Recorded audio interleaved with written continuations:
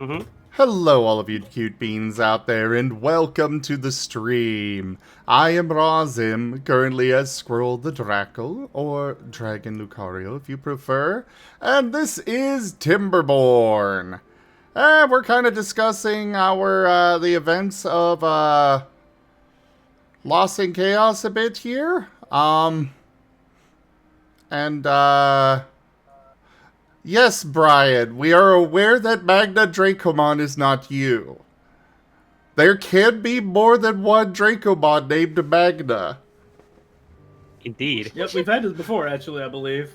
I actually asked them when they first popped up if you renamed yourself. Yeah. I remember that. Yeah. But there's only one, the Razim, and the Rex Strider, and the, well, yeah. I think it's called So Magna, yes, Brian Magna there is also the Magna. They've got a Dracomon that's also named Magna. Indeed. This is the source of much hilarity. I am so happy that you two have finally wound up in the chat at the same time. Been just waiting for that, huh? I have been waiting for that. But anyways, we're kind of trying to explain to Rex here about how time in game does not equal time in real life. I will just simply say that it doesn't matter what you say on that. I get it, but it still feels the 3 weeks is still 3 weeks. If I'm waiting for something to resolve, and I'm talking with a character that will, on a drop of a dime, run away or just shut down and say okay, or will take things not like in a literal way, and it constantly happens for like week on week on week on week, it's hard to conversate. It's like, what do you do? Just wait for like a whole 5 months for the game to finally move forward? I waited 3 weeks. I think that's a good amount of time to wait to like drop something. I waited 3 weeks. I think that's okay. It's not my fault. It took 3 hours for 3 weeks to happen. Hey there, or whatever they. The thing here is though, you dropped, hey, are we boyfriends? Cool. And also, when I explained to you that this Squirrel would be awkward about being boyfriends. First relationship and all that. And then you're like, great, do you want to be boyfriends with this other person too? In the same thing. I want to point out, you actually are the one who told me to just say everything bluntly. You wanted me just to straight up go like, you specifically told me to just tell Squirrel, hey, what are we? What are we anyway? That's all you gave me. So I gave it, I thought about it in Chomper, and the way he would do it is list it in 4 things and try to just tell you it calmly in order. He told you, hey, this is what love feels like to me. I don't know if you even know what love is or boyfriend because it's all new, but I love you because I love how you make me feel. I love the person you are. You're a growing person. You are great. How do you feel about me? And then the awkwardness happened. Great. Said, hey, I think I am, which is still like a non-answer. It's like, I'm not sure what I am, but I definitely like you. So we're both boyfriend now. Whoopee, yay. So the next thing in order is like, okay, if we're boyfriend then, if he said yes, I need to explain in Chomper, hey, there's another person that's an Arcanine that I kissed that now I know for a fact was actually a kiss. And I think I have feelings for them. I think that I talked to them, they like you. They bit you and they feel bad. And I talked to you just now. The first thing Chomper did was like, hey, how do you feel about the Arcanine that bit you? Are you still okay with that? Do you feel anything different? And you said, okay. So then he continues to go down the lane. Well, then in that case, would you be okay being good friends with each other? Like, is it okay if I still like be good friends with this Arcanine too? Or is that a no-go? Because I know that's kind of weird with boyfriends. And instead, complete nothing. Shut down. I get it. That makes sense. That's a reaction. But I think it's still okay that Chomper told you there's another person that had that reaction with. Otherwise, when is he going to tell you? When is he going to tell you what all this shit going on in the game? It's okay that you told him, yes. You just can't be mad when he shuts down after that, when it's like overload. I'm not saying I'm mad. I'm saying that this is the reaction that Squirrel always gives, and it's like, even in character, in Chomper character, it's like, well, overstimulated him still. I guess I got to tone back a little more and make sure I'm more concise and don't give him too much. But honestly, this is the reaction Squirrel always gives with anything. Whenever like there's like 2 assassins that show up, they're just there, he runs away. Whenever somebody talks to him about thrusting, he focuses on the thrusting being about fucking for some reason. And whenever you talk about him about certain things that trigger word him, like Vane, shut down. He won't say anything, he'll run away. We've just started the Whatever. video again. And there's so much nuance here that you are missing, Rex. This is the dankest dungeon. Raharu95 tipped $5. There you go, Rex. For the Thank you, Raharu. Good covered. You're welcome, Zim. And thank you, Raharu. I get the nuance. I understand that he is the embodiment of ADHD. He does have overstimulation, and he is learning basically what boyfriends, anything, how he's feeling for the first time. I get it.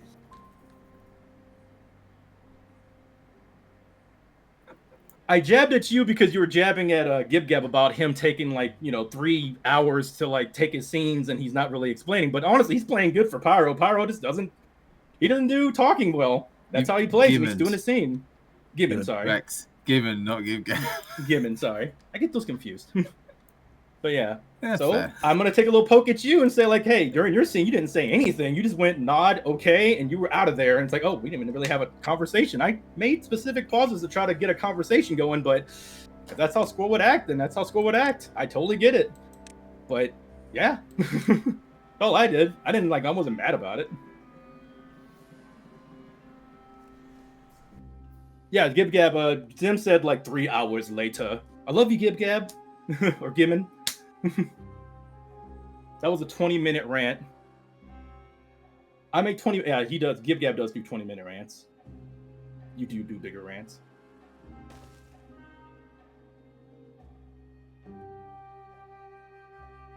Oh no, don't scroll on me. Zim, are you okay?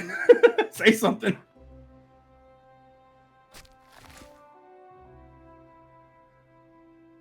What am I supposed to say? I'll just respond. With what? Words? What words? I don't know. I'm not the one making your own words. You're the one just talking. Shoot. You're the one demanding that I respond to something, and I don't know what to respond with. I guess just talk about something. I don't know. I'm just saying. Okay. Well, then I am working on this dam. Trying to get it across here and across here. Okay. And I'm going to be working on, I guess, playing this game over here, I suppose. But I was more just, I guess... So you honestly just don't feel like it's okay to just bring up too many things at once. I think it was okay in character, honestly. I feel like Champa would talk like that. And honestly, the way you did Squirrel was how Squirrel would interact like that. He would be overstimulated and he would leave the situation. It makes it hard to RP with you sometimes, but I mean, that's just how the character is. You also threw out that he runs away from everything, and there's a big difference when it's 2 extremely overpowered assassins that he was getting away from in order to go report them. Oh no, that was a good thing. I'm talking about the that was you keep going back to the reporting. Your example of him running away. No, it wasn't. No, it wasn't. You're not listening. He's I'm talking about the party. You keep going back to that yourself because you're stuck on that. No one is parking on you for that. That was a good play you did. And Squirrel did a good thing by trying to report the assassins. You tend to have your character disengage from the party, like go and do your own thing, or leave and go to your own adventure whenever things are getting really kind of rough. You choose that route to leave your character out of the party. Or in this case, your character's overstimulated, so he just leaves. It was another conversation we had with the whole group before a long time ago with everybody where they were trying to talk to you too, that your character just left the room. And it happened before. I don't know the specifics, but he just left the room. it's just kind of how Squirrel is. He disengage. He leaves the party, leaves the room to either get his thoughts together or go do his own thing. Now, the assassin thing, totally fine. I totally am on his side with that. He tried to help by telling the authorities about the assassins. But it is a repeating thing because and the reasoning's always the same with you is that it's only been 2 hours. It's only been 3 hours. It hasn't been a day. It's too much. And it's like, but it's been 3 weeks to me. I have been gathering my thoughts, planning it, trying to get it concise, and it's been 3 weeks. So I get you. I totally get you. And I know what you're saying. That's my stance on it, though. It's hard to RP whenever like we do these sessions, once a week, and it takes a long time for us to get through a day in game, right? Am I wrong? No, that feels right. Yeah. It's hard to keep track, especially when there's other things going on in the week, or if for example, Vex missed the last session, so even then it's even further disjointed. You can keep detailed notes, but it's still stuff is going to get lost. Some stuff's going to be forgotten. And to be on your side more, so you don't think I'm just like saying I'm mad or I'm against you or anything, I agree that I could have concised it even more when it comes to like telling how all those things at once. Because I know you only told me before, like, hey, just throw out there, just throw out there bluntly, are we boyfriends? And also, I asked you about the whole hugging thing. You just basically say, just bluntly say, hey, the hug was too tight. That's it. So that's the only 2 things I had to go off of. The other 2 was like, well, I need to lead up, what's happening with the Arcanine and. I think you could Furryon. have been fine leaving out the Furryon thing for another week or 2. What about the one with that's leading up the conversation? The third one, which is the permission, asking consent to like have you mingle with. For you added that to the list too. Was that a bad thing? Because I feel like that's important. I wanted Chomper to get consent from Squirrel that it's okay that he, tries to help you be friends with the party. You mentioned the hug and the asking and the boyfriend thing to me. The other 2 caught me as a player by surprise. I thought that's what you like. Don't you like surprises? You've always said you wanted surprises. I am fine with that. I'm just saying I did not give you any coaching on that because I was not expecting them. Thus, I wouldn't have been able to give you any coaching. I'm doing all right, Kuroy. How are you? This is why I don't want to surprise you with things, because when I do, it tends to kind of get that kind of response, and I don't want to have to put you on the spot like that or do that and really take those kind of responses because I feel like it's rough. It wears me down, and it's also doesn't really progress anything besides, having the moment where Squirrel goes away for the entire episode and we don't really get to mingle.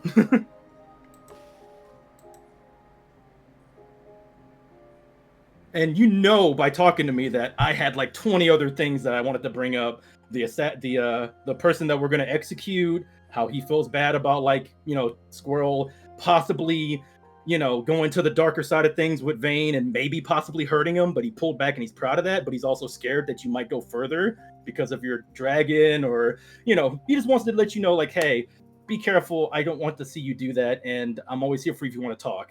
Like, I don't want us to be like them, like those people that are doing bad things. Stuff like that. That got completely left out for the sake of Chomper not overloading to the Squirrel. And also a bunch of other stuff. Say, the stuff with Elva, the stuff with Paz, the stuff with, Vane, which... we don't touch the stuff with Vane and Squirrel anymore. That's a landmine field. I'm fine with touching it. It's just also like, we just tend not to. Yeah, we just tend not to. Mainly because that exact reasoning, it's too much too soon within the game's hours, which I totally agree. I hope you sleep well and feel better soon, Kuroy.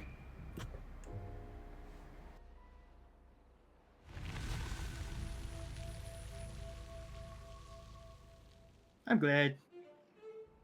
I felt that those things weren't that crazy compared to everything else, and they kind of matched with the whole idea of like Chomper wanting to have Squirrel integrate with their friends again, and also since Furryon is technically a friend, also maybe more now growing. And by the way, I appreciate you actually adding those kind of scenes their with Farion and whatnot. Their Ninja. I do want more like redemption arcs with people because we have so much of like this shit with like very bad people and they're just getting executed that I want somebody who we saw as like a terrible person and Vane actually was gonna freaking kill Farion at one point or said he would. I want that redemption kind of thing going on at some point with somebody in the game. So Agreed. it's very much for Squirrel like getting back into the team, not really redemption, but more him just feeling that he has friends again.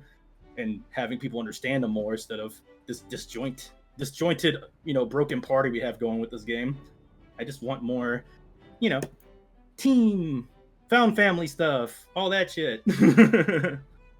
I'm sure the audience would like, more of a story that's more, concise and together than just like everybody is doing their own thing, right? Correct me if I'm wrong. So Gib Gab is very correct. It does depend on the group. You have some groups that there aren't any problems. Like Wild Traditions, we haven't run into any problems. But everybody is different. Storyteller. Huh? You're the storyteller. That's the difference. No. It's not a matter of storyteller, it's just a matter of how the group winds up working out together as well as the characters that they pick. To be fair, that game is also very young. Yeah, that too. But mainly, it's the huge difference is like the dynamic is you're the storyteller. Okay, another one that doesn't have issues between the players would be Agents of Reflection. Okay. One that has been going for a while is Recallers of the Lost, which does not have issues between the players. Or characters. Well, yeah, the characters what we're talking about. The big thing with this game is that all the characters are we're trying to fix a lot of broken character stuff. Characters that said they were going to kill each other or hurt each other and all that jazz is still in the past and all this. Again, to be fair with Lost in Chaos, we were literally designed to be villains. Yes, that too. We were intended we to were be designed bad. to be a problem. And I will also bring With up... amnesia! I will bring up, Digi literally asked us to make flawed characters, and so we all made flawed characters. Yeah. Same And here. so, of course, Kuroi, Lost in Chaos is an exception to the norm. We were intended to have these kinds of issues. Yeah. From the get-go. I will But say that for was anybody for who's the feeling... story. Yeah, sorry.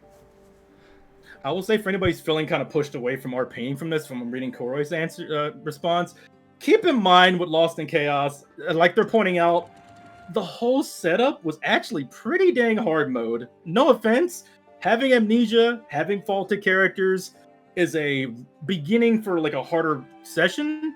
And I believe if anybody jumped in, I want to, encourage you to jump in RP because it's fun. Just, when you jump in, just don't have the backstory setup be your character is flawed, you have amnesia. Your character is necessarily kind of evil, you have amnesia. It'll be kind of rougher around certain moments, especially if you start like hitting those notes of like the things we ran into where like we had accidental people hitting traumas, like being bound when they don't want to be bound, people accidentally hurting other characters when they ran away. So there's a little backstory with that too. And just, other things that happen every so often. Chomper literally got punched in the fucking face for saying he's gay because he realized he was gay at the wrong time. It's like, oh shit, I'm gay. Ah! And then walked off because he's an idiot and then got his ass fucking kicked because of that. And we all remember that shit, right? It's extra funny that you did it to the character who's very sore about their current relationship status. I think it was a very much learning moment for Chomper. Hopefully for somebody else.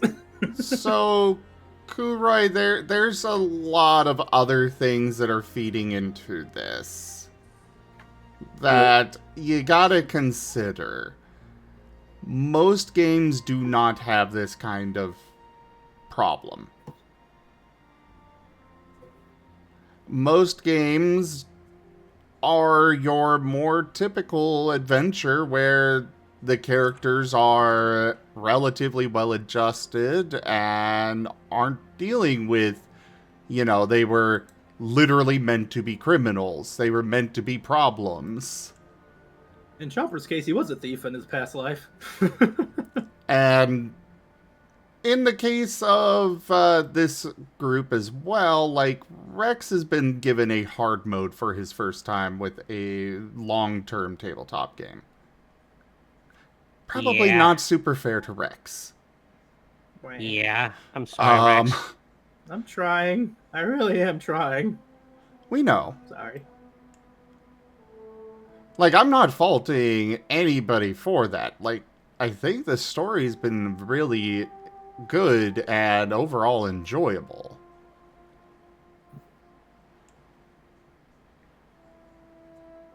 I'm glad to hear you say that.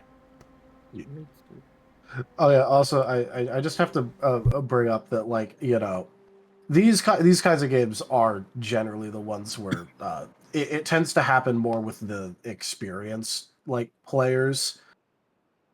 Like, you know, there was actually a really funny moment recently where one of my other games was like going over how we were going to do a criminal game where we were a bunch of pirates, and like part of the introductory was like, you know, extortion or racketeering on the table. If you can think of that crime and it makes you money or something like that, you can do it. And it's like, that's the sort of thing where, like, normally it's not the new players who sit down and go, oh yeah, let's go play a management heavy criminal syndicate pirate game where we're running Excel sheets about our criminal enterprises. Jesus. That is a very Tal game, though. Let's be real here. I'm not even running it. I think the only Yeah. thing... It's just filled with a group of insane people. It's great. I want to say one thing too as a positive, like the new engine, like Scar Engine being an undeveloped engine, isn't even like the issues that I have any problems with, really. Like, it's that the engine's been really nice to work with, and the things that change are very organized with everything. So I want to say that out loud too. That usually is a big issue for people, like trying a new engine or in beta engine. I think with me, I'm not the most technical player anyway. I just like how, you know, user friendly it has been, and the way I've been able to just kind of understand what's going on and use the system as it is. Kurai, there are plenty of tabletop games that you could enjoy that with. Yeah. So many. Normally those are the kinds of games that get ran. Yeah. I That's do the want norm. Yeah. I'm hoping one day we can kind of steer, you know. I do like dark stuff. I do like drama. I do like trauma. I watch that kind of stuff and enjoy it in media all the time. It's just really hard trying to play it as an RP with a bunch of people and figure out something that makes you feel good at the end of the day. I do like the idea I got that NJS brought up with a possible other game in the future. And hopefully that one will be just more like what Kuroi's talking about, which is, you know, a little more chill, a little more easier. That aspect of it, where like party's already kind of grouped up and got a goal, and there's not like too much stuff splitting around people. I will say again, for meshing, my DMs are always open if you want to. If you're not quite sure how to interact with my character, I'm pretty sure that runs with most of us actually. I continually offer that. Open. Yep. Tal does. I know I've done a bit with Haru. I remember doing a little bit early on with Rex. Yeah. But that offer is open. I'm up at all sorts of odd hours. I'm bad about whenever. I'm bad about reaching out first, but you know, my DMs are also always open. Oh yeah, also real quick, Digi server. Yep. Yes, thank you. I figured I'd remind you because I have you in voice. Yeah. Hey, Digi, how do you write the name of your Cubone character? I believe his name is Kamas. How is that with like K-H-A-M-I-S? K-H-A-M-I-S, yes. Oh, Kamis. Okay. Thomas, yes. Yeah.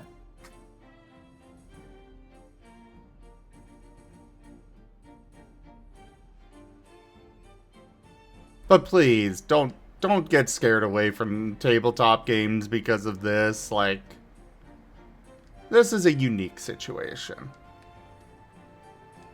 I will say, out of all the games I've played, this is the most the most prone to squabbling. The others have all been pretty chill, actually.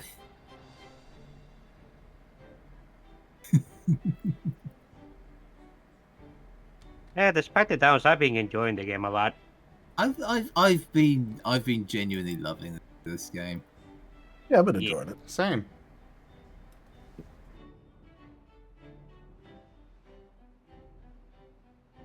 Wobbles add character. Also, Jesus, I need to spend XP on things that aren't moves, but I continually only spend EXP on moves. I need to spend EXP full stop. Gruff's just slowly amassing a hoard of experience. You probably should. Jesus Christ, though. But you remember how I said a while ago that Vane's XP percentage tied up in moves was like 81%? Yes. Yeah. It went up to 83. Hooray. I ended up spending more on moves. Of course you Oh, did. Tal, you have a problem. You're you. Look, You love this whole thing. Of Vane is a little ball calculations. of combat when it comes to his sheet. You could Eh. probably shove him into just about, like, even technically speaking, like a higher ranked game that he's in, and he would still be combat effective. Yeah. You Yeah, could- but I know how you play games, though, Tal. This is not unexpected. Well, yes, Like but any also, other, not even just tabletops, just games in general. You make little overpowered bundles of death. well, okay, yeah, but normally they're themed, overpowered little bundles of death. I don't like just power game. I make themed bullshit. Look, it is not my fault that my brain knows just the way to do things, so that way I can take a dumb idiot gimmick theme and make it somehow actually really viable. You do that. You do that a lot.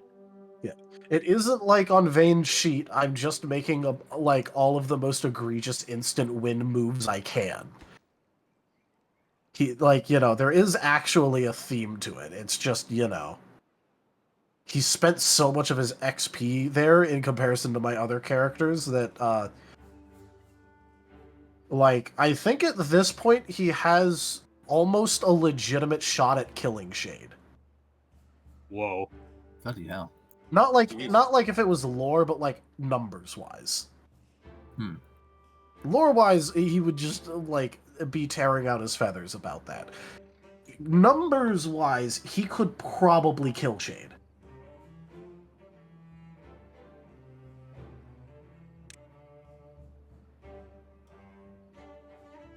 I'm sorry. Kurai, I saw you talk about themes and whatnot, evil and whatnot. I think another a tip I'd give as a new player is well, when you're making a character, I would not suggest being a very super good empathetic character, especially if it's a game that we're generally not supposed to be good people. But the empathy things has made things a little trickier. I think I'd be in a better spot if I'd played more of a alignment character as more of a neutral or evil or something that wouldn't mind the things that happen.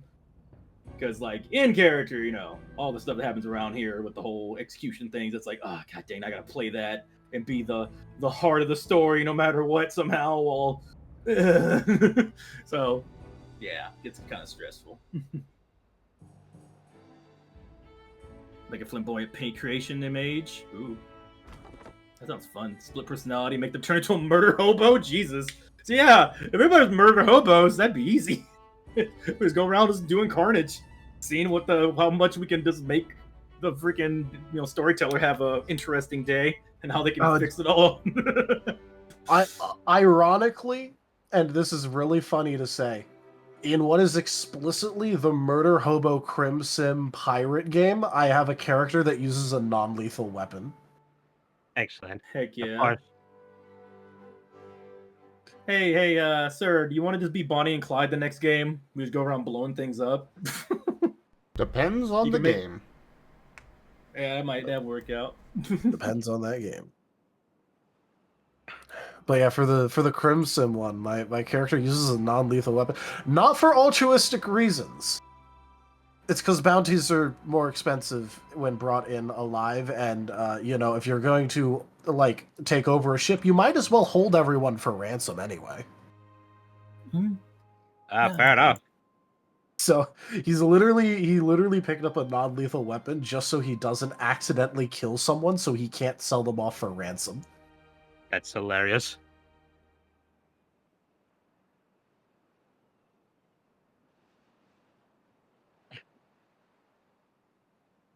And it's really funny because everyone else picked up like super war crime weaponry that's like hyper illegal to own, and my character, technically speaking, has the pacifist weapon. That is very you, though, isn't it? Yes. Hey, how Unexpected do I choice. break the most simple thing possible and make it somehow viable in the worst way? By just being yourself. Hey, look, at least you guys don't have to fight Vayne. Yeah. Yet. Yep. Yes. There is out of game, Sigmund has a very funny training room where you can fight Vayne. There's a training simulation to fight Vayne. Because Yeah, Sigmund has a effectively. little simulator where you can like name people, so you could fight a copy of Vayne that has Vayne's sheet. Oh, Jesus. I would not recommend doing this. From what I've heard, no. I don't think I'd recommend it either, from what I'm hearing. Scruff with his sheet wouldn't try fighting like Chomper, even if Chomper was going easy on him. Have you not made anything on your sheet for fighting?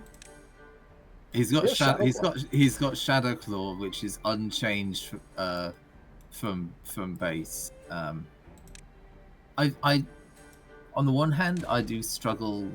I am the blunt spanner that's got thrown into the works when it comes to Scar.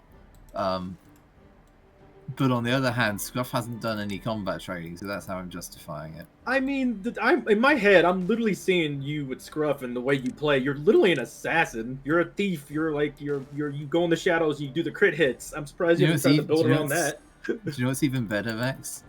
He's supposed to be rearguard support. Yeah, just be stealthy and go around. You know, you can get around everywhere in the battlefield when you're stealthy. You can do the same thing when you I have plans for them that I have been running by Digi and Tal for just figuring out how it would work. I think you will enjoy what I have planned for Scruff, because it is very teamwork related. So I think you will enjoy that. Yeah. I know it's a lot of the things I was doing at the beginning of the game was a lot of team stuff, team attacks, trying to just stress the game engine and whatnot. But as it goes on, I guess whenever this whole magic system stuff starts getting put into there, I'll start really going in on the aura and stuff with Chomper's little stand and whatnot, and start making it a thing. I kind of pull back because I don't want to cause too much work for them, because I know the moment I start saying anything and start going a bit ham with my ideas, it's like, well, I got a lot of work to do now. And it's like, oh, you got enough work as it is. No, I'm good. So trying to go your too much. stand, which is your stand gonna smooch anyone again? We'll see. It is supposed to be kind of its own thing when it comes. I like the idea that it is uncontrolled, because I do like moments where Digi can just be creative and just go ham with it and use it for the story. And it's a sign of growth. It does need to be not controllable that well, especially because it's a new technique. I'm gonna. It kind of feels like Pyro and Edge. Oh, is that it? Just in the way that technically they are. Vroom, vroom. Like technically they are attached to a character, but they are Digi's own chaotic little influence on that character's way of life for a bit.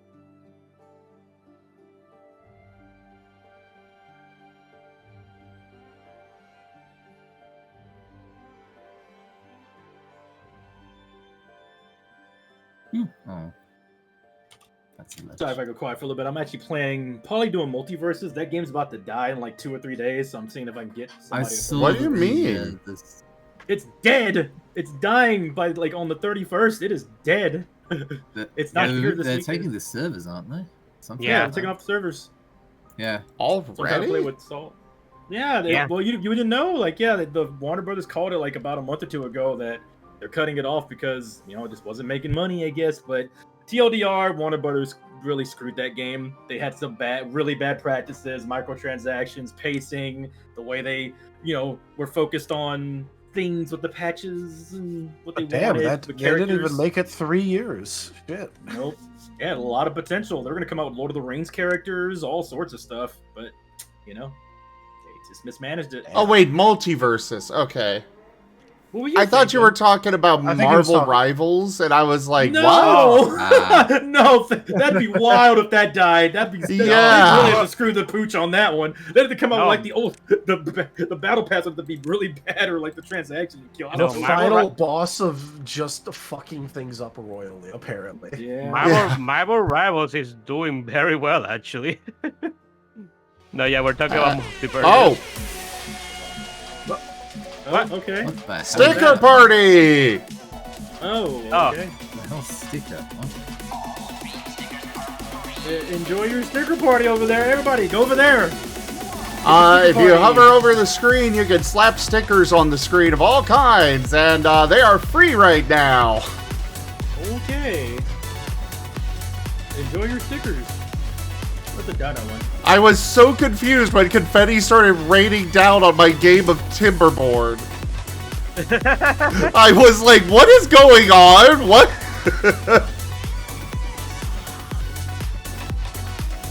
Because of course this is blocking my game as well as the stream. Oh, fun. Hit you with the We can repo spam ones. as many things. That's a Minecraft one. How are these Batman songs for such some bops?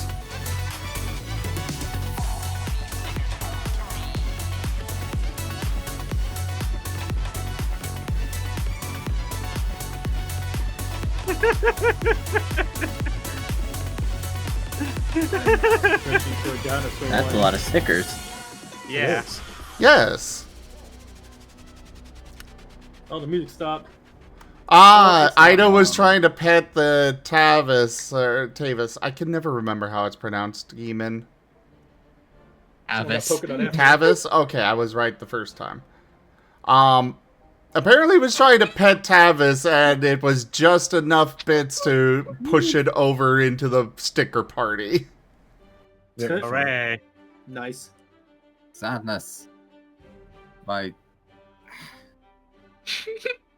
This browser brain reloaded Squidward. into a single tab for some reason. I am just waiting for them to go away so I can actually play the game again. More stickers, emote. Oh, you can't see those though. Why are you auto to free? Okay. Okay. I think I gotta get ready to go to bed now, guys. Have a good one. Oh, that's Alright. a good one. Goodbye. Good night. Goodbye. Night good. Oh, let's see if we can actually play multi right now.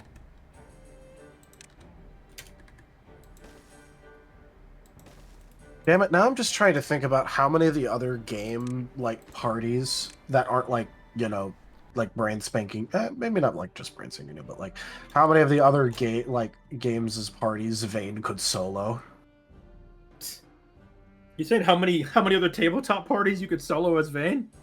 Yeah, of like the other games that the other Scar games, like Oh God, which of them Vane could solo. jeez, that could be a video. How many How tabletop how parties many- can Vane? Jesus, Tal. How many tabletop parties can Vane solo? Like, I Hashtag team life. will say I've been contemplating setting up some tournament things for the, let people come in and just do a Well. tournament. That would be an interesting It- segment. You should do It's that. funny you mentioned that. It is funny you mentioned that. The world tournament. Because season 3 is approaching its end. Oh boy. And season 4 is going to start with that festival after the time skip. And there's going to be 4 parts to it. 3 relating towards team types, which all teams can participate in. And the 4th is going to be a tournament arc, now that I can tell you. I like tournament arcs. Well, as far as that goes, these would be ones that I would organize and basically run. Oh, yes. Get some more combat data across the streams a little bit. But season 4 is going to potentially, depending on the order of things, start out with a whole bunch of combat. Yep. Oh boy. Which also, unfortunately for you guys, Yeah. you're on a team with Vayne. Oh boy. And you guys are gonna get raided with that in mind. So our team's power level will include Vayne's power level. Yay. Squirrel doesn't have to worry about that. No, but if he wants to participate, the thing is, Team Darklight does not have enough members to be minimum team requirement. Oh, yeah, that. Ninja, Deus Ex Machina, no reason for a squirrel to be in there. He needs equipment or something for his golem. I don't know. I'm already setting the... You cut out there. You cut out. All right, I'm already planning for the reward for the first place in the tournament arc to be a type gem of the winning team's choosing and 20,000 poke. So you know that should be enough to get a dragon on board, I think.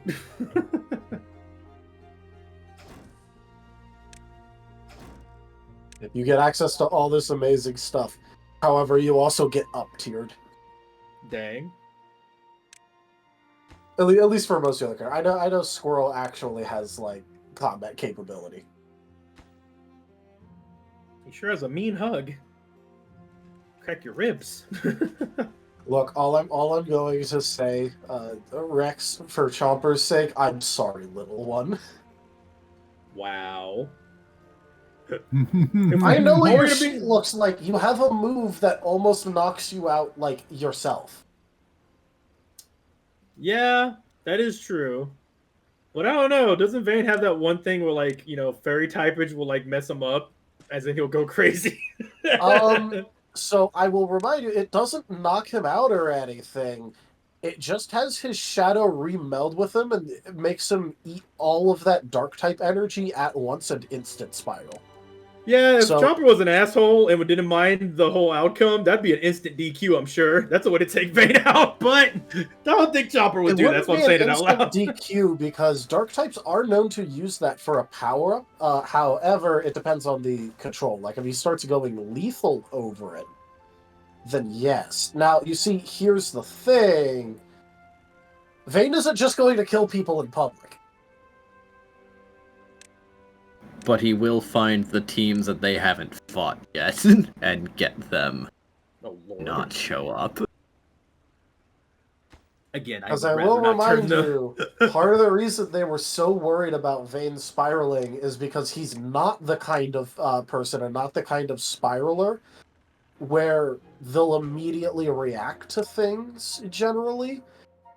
He actually has control for, like, enough control where he won't just instantly be like, I'm angry and upset at them, I want them dead, I kill them now.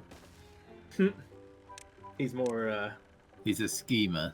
Yeah. Yeah. I was gonna so word for it. instead of potential instant DQ on Vayne, now you just have Vayne in spiral mode.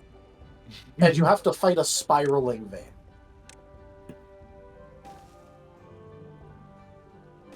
On the plus side, you don't have to worry about his shadow at that point. Choose. Do you want to fight a spiraling Vayne, or do you want to fight a Vayne that has access to his helpful shadow? Vayne has no weaknesses. Dang it. Well, But not Wayne one that definitely Chopper would does have use. weaknesses. It's just, he intentionally tries to cover them. He tries to strategize and be smart about things. Yeah. There is no try when it comes to Vayne. Yeah, he just does it. Bitter. He just wins. Vayne he has the mental thing where he's of the opinion that if he's going to do something, he's going to damn well do it right.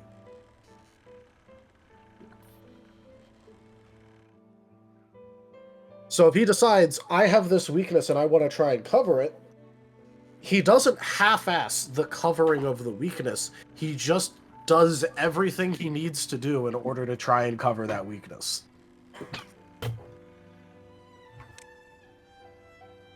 So it's not to say that he doesn't have them, it's just that he's very aware of what his weaknesses are and has ideas and plans and things pre-set up. That means that he won't just get screwed over by it. Fun fact: I don't have the technicality of tabletop and ever go toe to toe with anything Taldarius does, especially with that mindset. If I was to ever try to combat Vayne, I would be high key talking with Tal about, hey, how the hell do I even right now? Now, you see, that's the fun part, because also it accords. Digi literally I asked Digi a while ago, hey, what do you want me to do when it comes to Vayne's build? I'll take requests on this. And Digi was just like, make him strong and bullshit. Jesus. Which is also why Vayne is markedly stronger than the rest of them, because I got specifically asked to make him bullshit for lore reasons. So it's Digi's fault. Yeah. Is what I'm hearing. Yeah. Damn. Well, Correct. Tal created him, but Digi literally took the leash off. You took the inhibitors off, basically. Yeah. Lovely. So a lot of that is Vayne is just bullshit in lore too when it comes to his power level. Because I got specifically asked to do this for that reason. Good night, Geemond. Night, Geemon. Good night, Geemond. You mean a mate like Kaza? Get him He literally has a boyfriend. Yeah, literally, he's actually admitted that he's he killed somebody and everything. And Somehow Vayne... They're cool with that. Somehow Vayne was the first person in the game to actually have a partner. Which is hilarious. That's not surprising, not from lack of trying. I mean, to be fair, Squirrel has had many times where Chompers has approached them. They're just harder to get than, say, somebody who kills somebody, apparently. Harder to get than Vayne. Ain't that crazy? To be fair, Vayne has been, he has been a lot of the things that Kaza actually likes, which is very funny to think about. Yeah, meanwhile with Chomper, he's probably not all the things that's good for squirrels in the moment with the overstimulation stuff. He's a ball of energy and lots of thoughts and things going on and worries and empathies. Not quite the same kind of mesh that, say, Vayne and Kaza has. Yeah. But that's okay. But yeah, for the whole combating Vayne thing, I will just remind you that even Culty's reaction to the idea that Vayne would be trying to kill him is just like, oh no, this is gonna be a headache.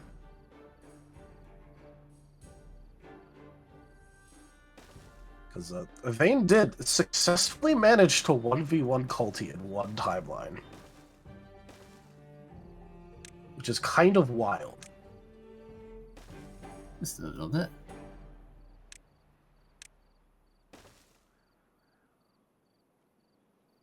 In case you're curious, it's that timeline that we got to see the little rift thing where Vayne and Sigmund fought.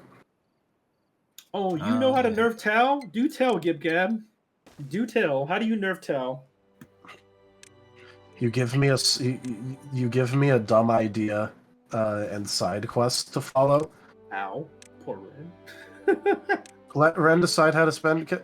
Look, if I let Ren do that, I wouldn't even end up with a valid character. Ow. Yeah. Poor Ren. The Jeez. problem is that he's not wrong. Really? One of Ren's actual character sheets that I've seen literally is not even a valid character. Really? Yeah. He didn't even follow character creation rules. Oh. Like when I say not a valid character, I mean literally is not an actual character. Yeah. Wait, what? He did not have enough beginning skills at all. Oh. And he also min-maxed, which I have issues with people that min-max. That's As far just as he boring. didn't even min-max well. No, he You're didn't. trying to mid-max? Min-max poorly. He How do you min-maxed min-max? horribly.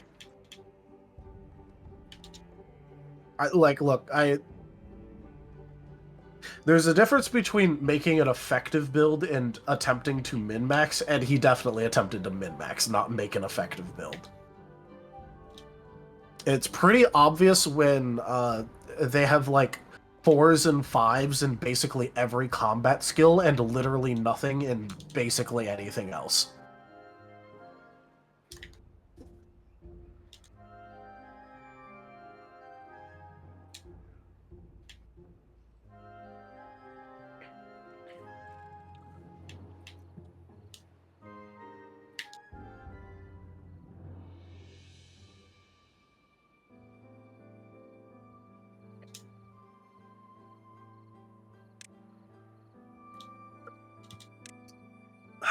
Also, just, by the way, just to prove that it may be my exact type of people and game, but I am not responsible for it.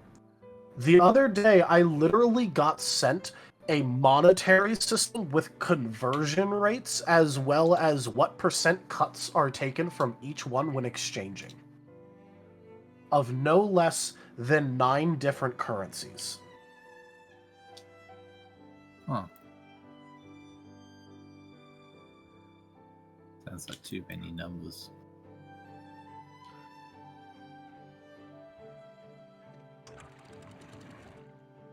I did notice that. I did notice that, right? It was very funny.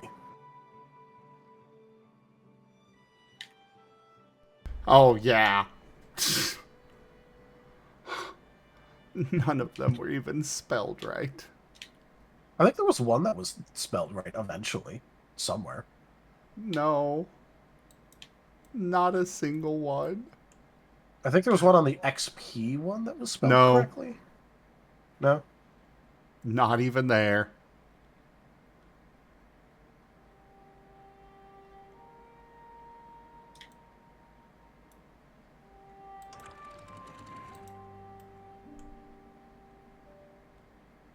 Oh yeah, also Shadow Kick. The kick is in all caps. Oh, you're looking at his sheet again? Yeah, I just pulled it up.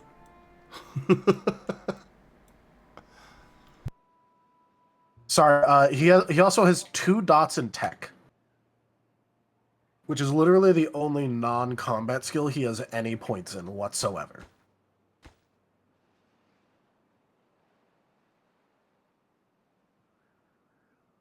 I like how he didn't even spell zoomies correctly. It's zombies. Zombies. The 1-0.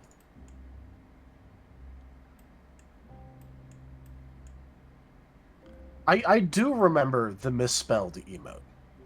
And it just proves our point. Yeah. I will forever tease him about that.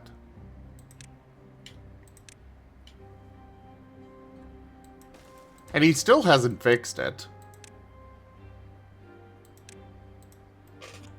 Yeah.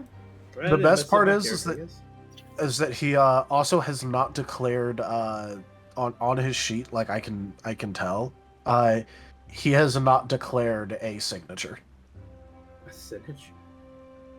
Thankfully, when I was making my character, I went around asking for help most of the time for anything that was like, I gave ideas, but generally I got a lot of help in making, the character sheet. Because I know my limitations. I I'm not a will tabletop say, person. to be fair to him, I did ask that group to make their sheets on their own. But they were supposed to have them checked. He did not.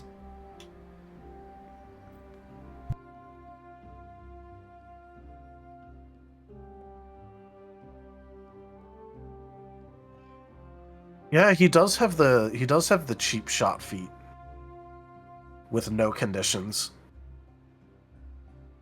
Literally, why didn't he just throw a single like damage over time move? Because that counts as a condition.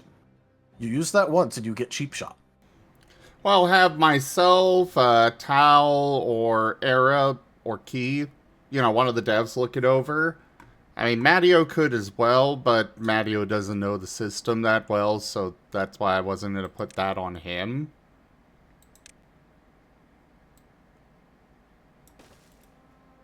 Yeah, I tried to keep the boss simple enough for him to use, because I know that he hasn't spent as much time like actually doing combat in the system. Yeah. So the boss had, technically speaking, 4 moves, but in reality it's 3. Because it had the suppression thing, which was basically just like in line with like his wish list for it. It had the barrage move, which again was just in line with his wish list for it. And then he had both a physical and an ethereal counter move with a little bit of damage over time, and the unevolve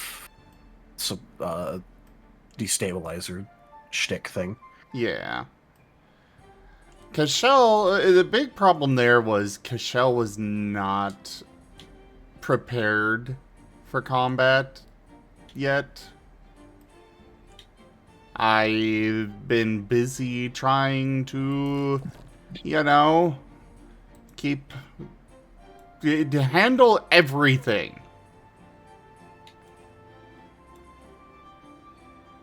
Yeah, I did notice that because I got sent the player sheets to make sure that look it over and go, yeah, they could beat this. Yeah, my combat stuff is subpar. Because I've had to pick up etiquette and all this social skills and all this other stuff because nobody else had any. Yep. Yeah, I looked at that and went, he has at least a healing move. Yes. And I was just like, cool, so we have someone that could do at least a little bit of healing. Even if it's just topping up. Who needs social skills? That's not most of my characters. Yeah. To be fair, Not Rip necessarily. doesn't have it because he hasn't learned how to do all that yet. He has a little bit. Here, I'm just gonna go left or right. Vane, no. He does not have the only social skill he has is presence. Oh, With an intimidation specialty as well. Riv has a little bit in persuasion and nothing elsewise. Shade has a shit ton in deception and a little bit in persuasion and presence.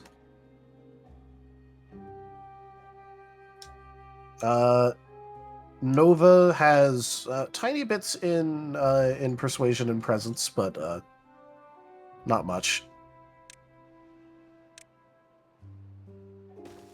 So, none of my characters have etiquette, which is kind of funny.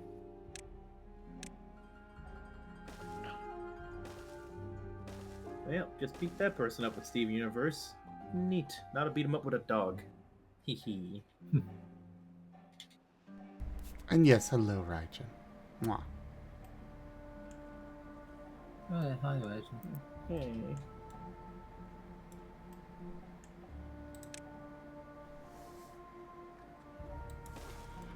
By the way, GibGab, I know you were wanting to vent about work earlier. You are welcome. I know Actually, let's just go ahead and move up to the tabletop room or streaming room. We have not. Yeah, we stayed in here for a long time, didn't we? Yeah.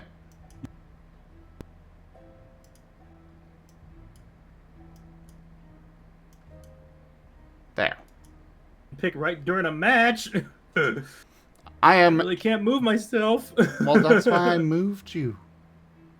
Oh, you moved me. Okay, well, my Although I'm about to, thanks. I'll fix it later. I'm about to go pass out Oh yeah. Sleep well. I am Yeah. also crashing. because we were kind of done with the at least that leg of the conversation anyway. So Gib Gab, I am ready for a Gib Gab rant. Well, wait, really? I don't know if we all consented to that, but all right.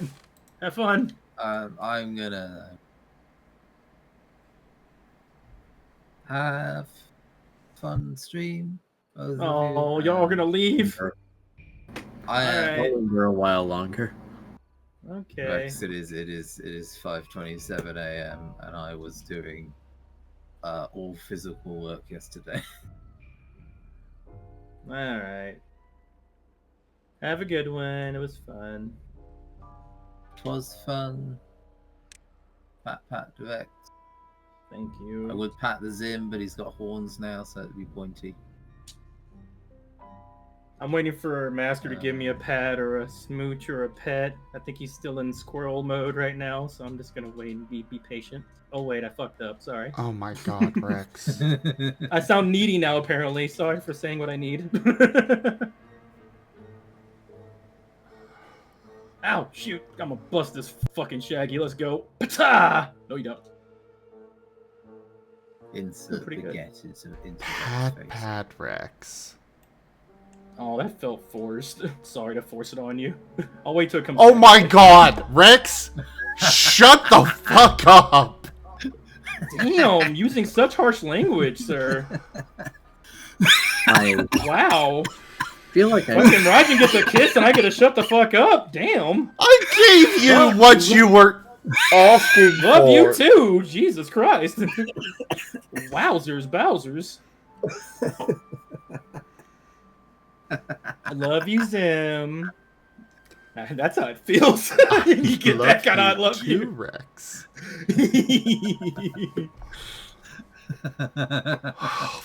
The trolling has been effective. I'm so Oh, shit. glad I Ow. stayed like an extra 5 seconds for that. Have a killer. I shut off my phone's like earbuds and I put on the headphones and all I hear is just shut the fuck up. At max volume, yeah. Hey, Gobgib. Pat. Hi. I should turn Chris back on. I don't even know where to start. I'm just like, oh my god, it was stupid. It was just one of those days where I'm like, why? But also like, fine. Did I ever tell you about the person who was confused when I asked them if there was power at the location? No. Okay, I need to start there because the story starts like those weeks back when I first asked that question. If there's ever a location that has issues with the phones or the internet, we have to ask them if they have power. So basically, like our logic is alright.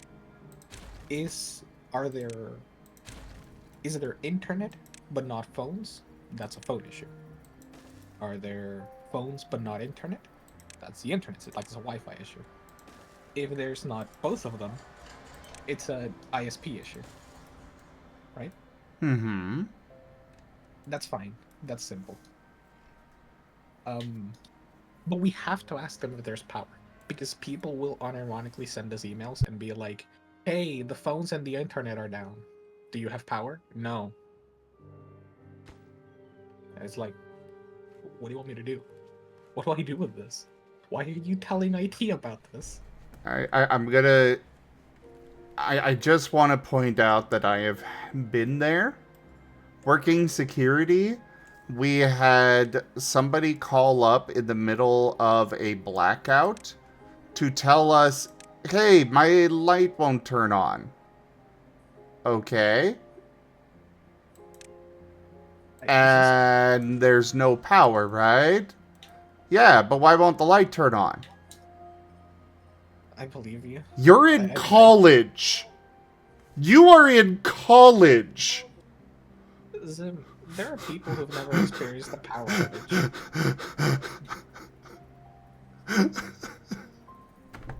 It happens. People don't know stuff sometimes. It's kind of funny though. Like, it's like one of those. I understand what you're saying, Rex, but also like I'm disappointed that people have to experience a power outage to understand what a power outage does. Some people be privileged out there, apparently. How do you not But ever yeah. have a power outage ever? Because they have like backups all the time or something? Because you just live in an area with good power. I don't know. Exactly. Hey Gorman, Zim, Jim. he needs it. Shadow Wolf 149 is sending you a hug. Fuck you, Shadow Wolf. But also thank you. Whoa. It's Zim, appreciated. You can't say that. You know he like it. He Man, is I am a feisty bad right influence now. on people. I really do get people to cuss.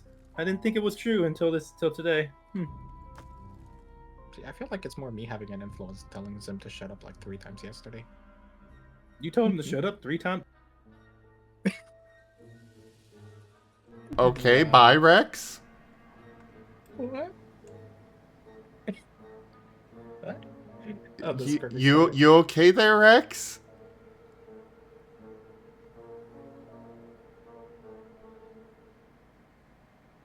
I like to Rexy. imagine Rex. Okay. Think I fixed it? There we go.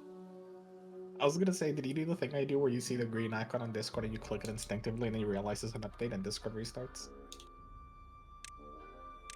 I can't be the only one that does that. I have done that once. It wasn't instinctive. It was like a, oh, I'm having an issue here. Let's update Discord. And I kind of blinked on the fact that, oh, right, that's going to disconnect me from the call. I just see green thing and I click it. But okay, so sometimes we have to explain to people that there is no power and that's the real problem. And like, I can't make a ticket about it because like, who do you want me to make a ticket to? The like power department? Call the power company. What do you want me to do? So okay, that's a thing we have to do sometimes. And in this instance, right, I make a ticket to the ISP preemptively because I was thinking to myself, this person keeps complaining about this kind of issue before. If it's a recurring issue, it's probably not power that's the issue. So let me just make the ISP ticket preemptively. And I went ahead and made it. Can I interrupt you for a second? Real quick before you go on that rant. If anyone wants to pick my character, say it in the chat. Please. I am playing multiverses. Pick my character. Just say it in the chat. I will play it. Okay, continue. No worries. So I make the ticket, and then one of my coworkers is like, no. Never trust it. Ask them. And I asked them, and I'm like, hey, question, is there power at the location? Right? I sent an email, and I get a reply back, and it's no. And I'm like, damn, I already made the ISP ticket. And well, you know what? They'll take care of it by themselves. And like 10 minutes later, I receive an email, and it's like, no, wait, I'm sorry, I misunderstood. Yes, there is power.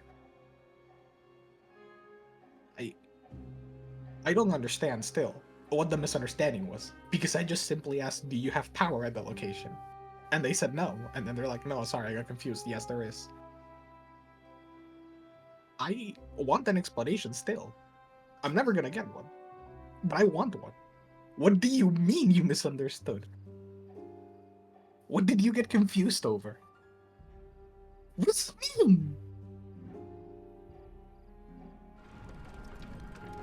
So okay, that was the thing. I submitted a ticket for it. The ISP said no, everything is fine. And the person's like, no, there's still no Wi-Fi at the location. The phones are still down. Okay, so I make another ticket to the ISP, and I told them go look at it in person. A few days later, they're like, no, the issue got resolved by the ISP. There's still no power. There's still no Wi-Fi. Or there's still no phones and no Wi-Fi. And I'm like, okay. So I just made another ticket, and I threw it to our remote technicians. About A month later, this person keeps sending an email, give or take, every week. And I cannot fathom why they continue sending tickets when every time what I do is just I CC the person who worked on the ticket or who the ticket is assigned to, and I tell them, hey, I CC'd them in the email. They may be able to provide further comment. And then that person doesn't. So they send another email, but they just send it to our help desk email, not CCing that person. Who they can see in the ticket is who the ticket is assigned to. So I have a ticket assigned to Rex, and you keep emailing me. And when I email you and CC Rex in the reply, you then make a new email where you reply to that one, but you don't CC Rex. And I keep CCing Rex in every email that you send. Every week. I create another ticket. It gets assigned to another person. So I start CCing that person, and they keep excluding them. And then today, they again sent another one of their stupid emails just saying, hey, the Wi-Fi and internet are still down. And I look at the ticket, because I'm tired of this at this point, because I keep receiving the same email from the same person. Okay, what are they saying? Still down. I'm gonna look at the ticket. We tried to call this person and they didn't answer. We called their boss and their boss said that the power is fine, that the Wi-Fi is fine, and the phones are fine.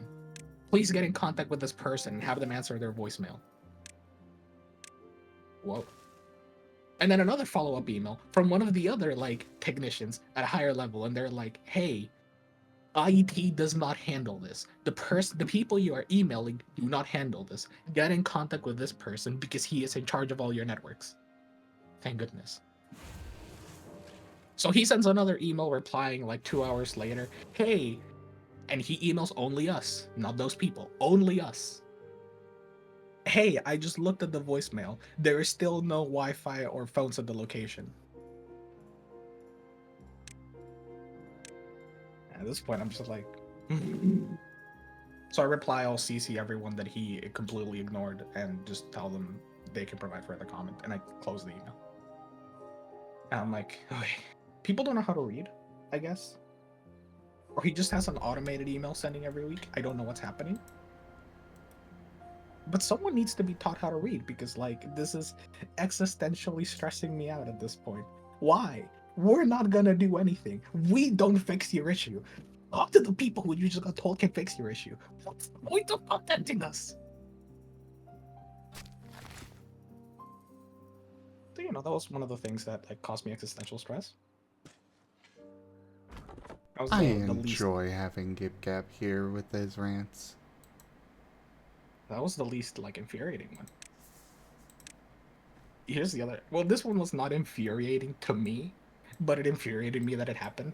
Because the gay boy coworker that I've come to kind of be friends with, he's cool. I like him. But there's also another coworker who's a bit of a problem. In that he doesn't do his job. Because he'll just grab tickets and emails, and then he doesn't follow through on them or finish them, and sometimes we have to grab them and finish them. And it's why do you assign them to yourself if you don't do them? Just don't assign them to yourself. Let us do it. What's the point? Because our boss is going to look at the email queue and see that he has no emails assigned to him. So I'm only guessing that he sometimes does it to pretend. But then if she looks at the tickets, she'll see the ticket distribution easily. She'll easily see that me and my coworker, who are just the consultants, far outweigh the number of tickets that he submits or finishes a day on average. And the only other higher level technician than me and my coworker is it's two of us that are consultants. One of us is a level 1 tech, one of us is a level 2. The level 2 is the lazy ass. The level 1, he does a lot of work, but he also tends to do some of the more complicated tickets that take longer to do. So he responds to less of them because he's busy with fewer ones that take a lot of time and effort. So whenever he's pulling a bunch of records, for example, it takes forever. But it has to be done, and it's only him or the Tech 2 that can do it, and the Tech 2 doesn't do them because he's lazy, and it takes a lot of time and effort, and it's a very annoying thing to do, so he doesn't do them. Somewhat understandable, but also then if you're not gonna do those complicated long tickets, you should do the simple tickets, which is what I love to do. I love doing a bunch of really quick simple tickets, which are just some easy busy work, but I love doing them because it makes my ticket count look really big. And so today I'm looking. I decided to check through the emails that were sent like yesterday and like yesterday night because I leave at 6 p.m. So it's like I checked through the emails that were sent after and the emails that I sent before I arrive in the morning because people arrive earlier than I do. So I'm sitting there looking through the ticket list and I'm like, okay, let me look at the tickets, let me look at the emails. And I see one email that gets sent and it's like, hey, help desk. I'm emailing you because I spoke to the Tech 2 guy and I didn't know what his last name was, so I attached both of the people here with the first name who work in IT. And I just want to comment that like this person, she has been having a big issue with her authenticator, and I've tried to help her and I couldn't figure it out. So I told her to call 1083, and also yada yada yada yada, right? All of that stuff. Cool. Nothing's a problem here. Just basically said call us. But then I got a call from the person, and it's like, okay, what's up? He explains the issue to me as basically the following. He called us because the person that he was helping, he was doing it, in his own words, out of the kindness of his heart. That's what he told me verbatim. And he spent a few hours helping her through the authenticator, which is completely relatable. People don't follow instructions on the screen. Even though it's step by step, they don't follow them. They want you to do it for them. And when you can't do it for them, they get frustrated. So they give you their phone, they give you their password, and they tell you to do them. And then they give you their password wrong, which is what happened to him. She gave her her phone, she gave him her phone, she gave him her password, and she gave the password wrong, so he didn't have the phone password. So he was calling us trying to set up the authenticator, and he couldn't do it because he didn't have the password, and you need a password for it. He couldn't install the app. So he gave her the phone back, and he told her, hey, call IT, because we told him to call IT. The phone, like the level 2 tech told tell her to call IT because we need her on the phone while we set this up. She's gonna have to type in her like Outlook password and her email, and she's gonna have to use her phone's passcode. Cool, no problem. But he's telling me that she doesn't want to call IT, that she wants him to help her. And she's frustrated that she can't help him, even though it's not his job. It's just that he got involved in the ordeal, so now she just wants him to do it. And critically, she wants to report him to her supervisor for, not helping her, even though that's not his job. That's our job. So he sends an email to cover his rear, right? He's like, hey, just call them. And he sees everyone in the email. So basically he can say, hey, look, it's not my responsibility. But he wants us to also be proactive. And I understand it because the situation's escalating. If a supervisor's going to get involved and someone's already mad, we could just take a quick step to preemptively diffuse the situation. And all level 2 tech had to do was send an email replying to his email that just said, oh, hi, Anja. All he had to do was send an email that just said, like, hey, if you're having issues, please call us. We can help you with the authenticator. Because that puts the burden of responsibility on us, which it is. It's our responsibility. And then all she can do is, like, she can complain that he didn't help her, but then he can just say, look, it's not my job. I was just trying to help. And that's totally fair.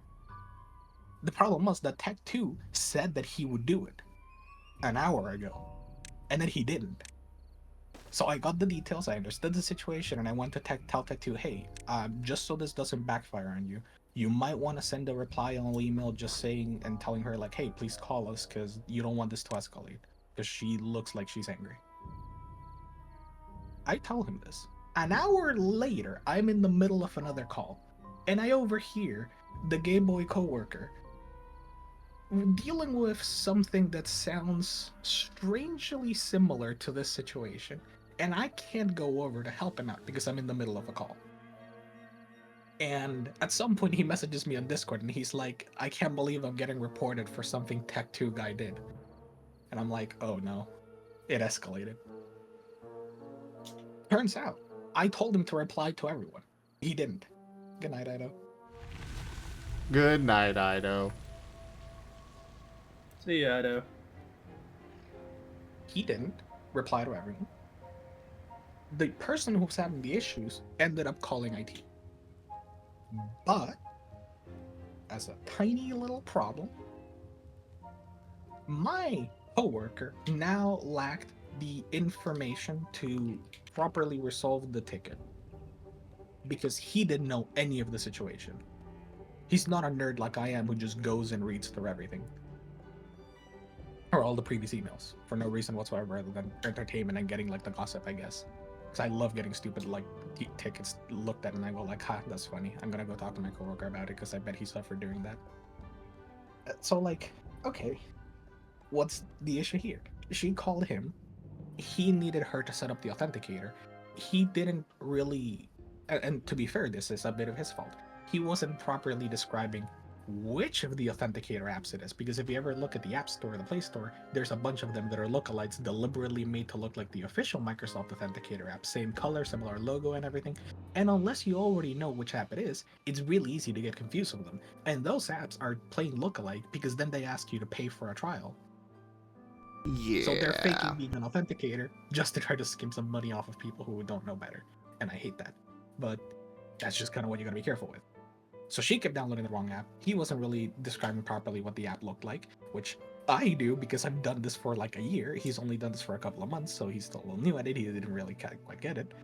So he asked her to get someone to help her because she mentioned that she knew a guy who handled the phones and was helping her out. The guy who was trying to shift the problem onto us because it wasn't his problem. Totally fair. And was trying to avoid being reported. My coworker's like, yeah, go ask him for help. So the guy got furious and he started basically telling my coworker, like, this is a mess. Don't you keep tickets? Don't you keep records? What is this? Blah, blah, blah. What the fuck? I'm going to report you to your supervisor. And to be fair, he had, I will give him credit. He had the right to be angry. This was a bit of a mess. But my coworker ended up like he helped her install the application. My coworker helped her set up the authenticator. No problem. My coworker sent an email and was like, hey, I helped her out. Thank you for your help. Done. Basically. Like, hey, we took care of the problem. Not a problem. This guy, the guy who's talking about the reporting now, he sends us an email like 20 minutes later. And it's just, hey, thank you for the help, coworker. Or, hey, thank you for the help in helping her get set up. Thank you, coworker, as it appears Tech2 was not able to help her out. I have attached all the correspondences and emails to this email. Thank you very much for your help. Basically just say, thank you for helping her out. Fuck you for not helping her. And I'm just sitting here like, yeah, I told him to reply to the email. That would have been super easy to preempt and diffuse. And the guy also CC'd not our boss, our boss's boss, in that email complaining. But you know what the infuriating part is? Our boss's boss is a little bit, he doesn't really give a shit. To be fair to him, he has better things to deal with than people mildly complaining about some stupid, inane bullshit in IT. Our boss does care a lot. She is very picky with people's replies. My coworker got praised like another person literally sent an email to our boss and she was like, hey, he did a great job, he was excellent, thank you so much for the help, he was so kind and well behaved and attentive and yada yada. And our boss sent it to the whole department and it was like, look at this exemplar of IT. She cares a lot about the appearance. So I can only imagine if she wasn't on vacation, how fucked he would be. But she's on vacation, and she did not get CC'd in that email. And I am furious that he's not getting his comeuppance. Because he absolutely deserves it. Because you know what I heard him doing while all of this shit clusterfuck was going down? He was flirting with a person in the cubicle next to me. Oh, of course. Existential stress. My poor coworker got like the rough end of it for a moment, but then he was fine. And of course, it had to be the day he didn't take his anxiety meds, so I'm just like, I'm so sorry, man. That is just, it's the kind of like, why? We have a good system, things will work. Why don't you just do your job? But that was fine. That's good to know, Raijin. I hope everything is valid. You don't need to grill it. I'm self-conscious. Or you can just throw it in my DMs. Okay, the part 3 of the things that made me want to tear my hair out. when you dial a number, like I'm sure you've dealt with this in some phone systems, right? When you dial an external number that's not in the organization, you have to dial a number before it, right? Yes. So like if your phone number is 1 through 9, you have to dial 1, 1, 2, 3, 4, 5, 6, 7, 8, 9. Right? Yeah. Easy. We have to do that. Everyone knows we have to do that. Telecommunications knows we have to do that. For some reason, one of the other departments is like, hey, when we try to make external calls, they don't work. Please help. Oh, What do no. you think the obvious answer here is? Just dial the number, right? Yeah.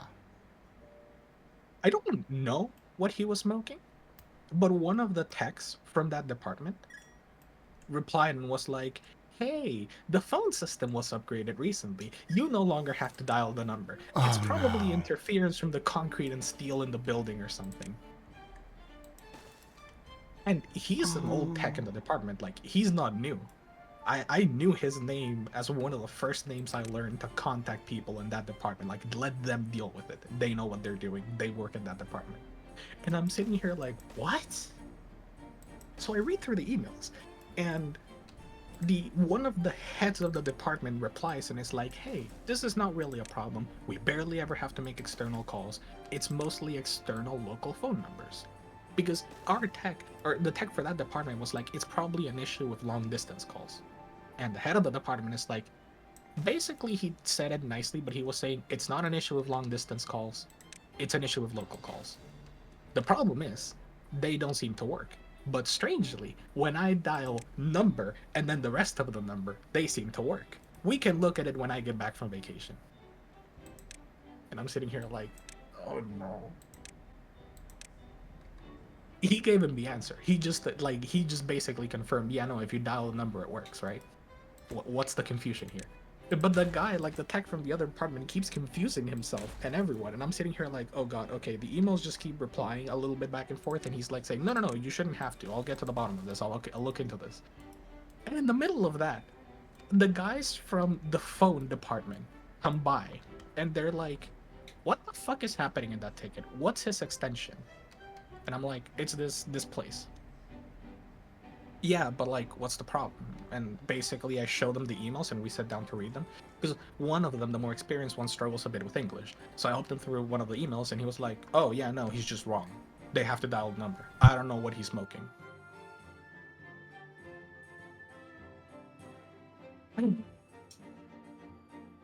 Well, that's not my problem. It's just one of those like, how did you get to this conclusion? Why did you get to this conclusion? Did you drink your coffee before you woke up today? You have been here longer than I have by years, and I already knew the answer to this immediately. What the fuck? You had to make a couple of tickets. It was very weird. It was very annoying, but it was one of those like, fine, at least it's not our problem. You know what I mean? Yeah. So that was fine. That was just the thing to come into the morning and realize that none of my coworkers had noticed because they all immediately went, that's their problem. And then I went like, no, wait, we're gonna have to make tickets for this. Because one of the Tech 1 was busy doing important stuff. Tech 2 was busy not doing anything. My coworker was busy actually handling calls. And when I looked through the emails, because I'm a lucky fucker, so I got there to work, and it went from being one of the busiest days they've had for the first 2 hours to literally the phone did not ring for about 4 hours. Well, my phone rang like twice in 4 hours, basically.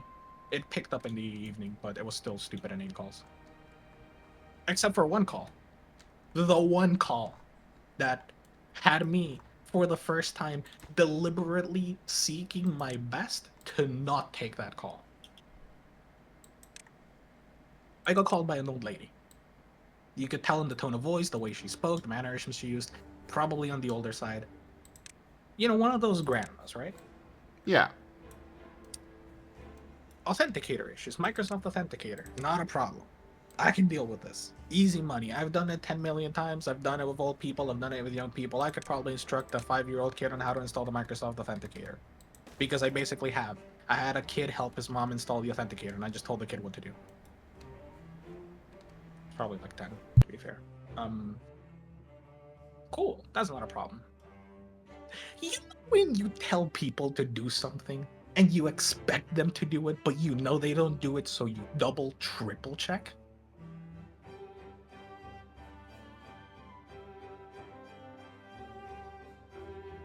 I start the call.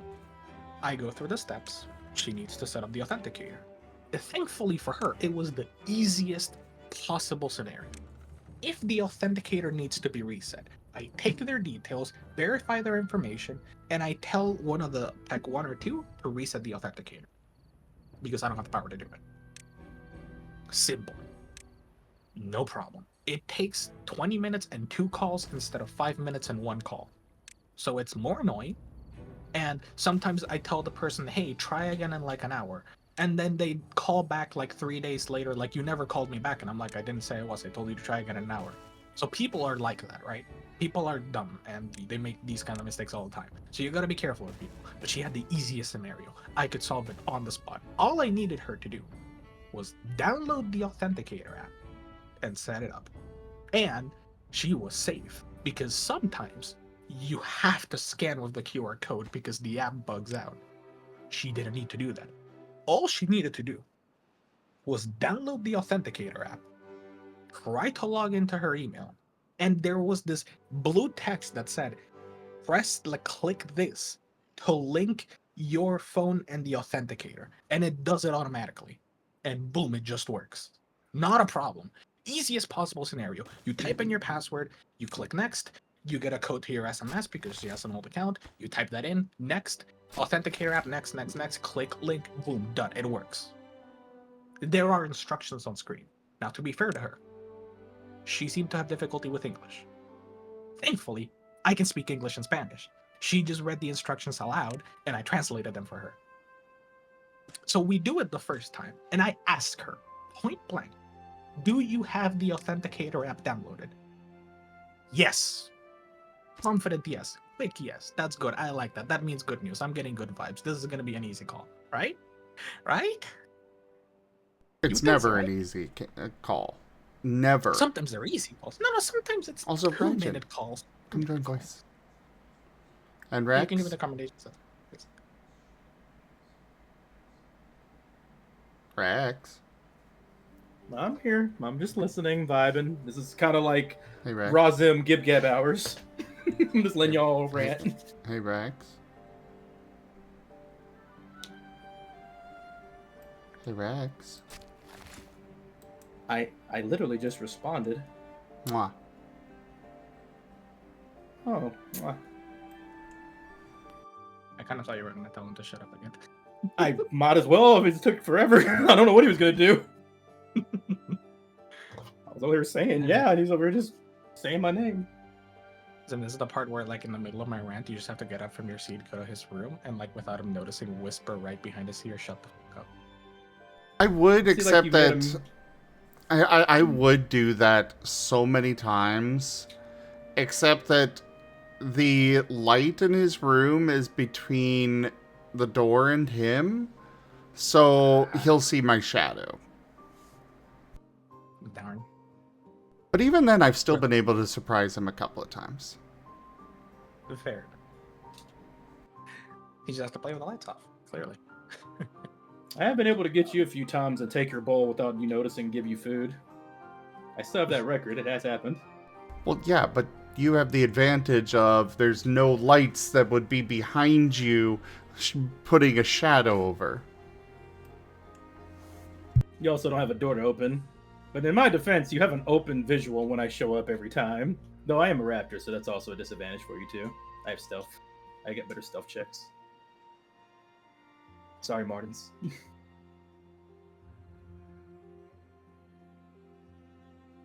Them's fighting words, Rex. Well, you gonna come on multiverses?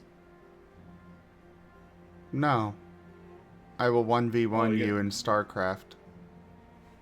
Oh, well, you gotta take me to your game, I see. I thought you were gonna say the Scar engine. I'm like, well, that's not fair. Rex, don't worry, I'll coach you. I was gonna say another one would have been also not in my favor. Why don't we 1v1 in balloons? I'd get bodied.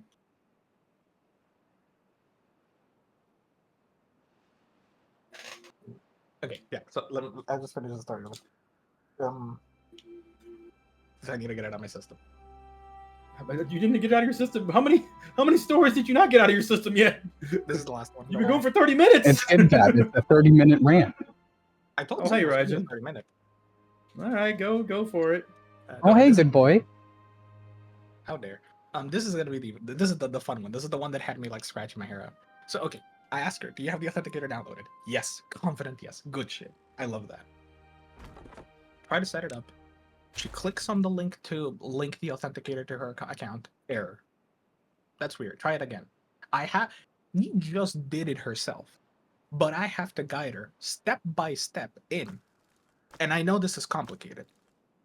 Close the Outlook app by holding the bottom of your phone, swiping upwards, and holding your finger there. Don't let go. The applications will all be displayed.